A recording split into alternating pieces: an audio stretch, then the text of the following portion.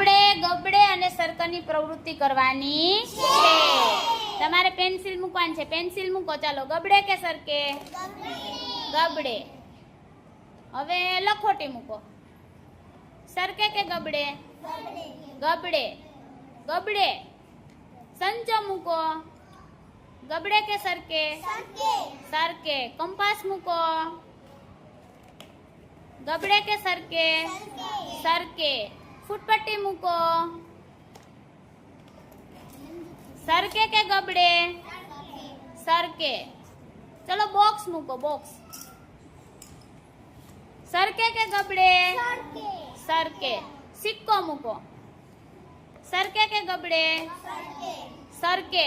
હવે સિક્કાને ઊભો મૂકો. ઊભો મૂકે તો સરકે કે ગબડે? ગબડે. ગોળ ગોળ આવે ને.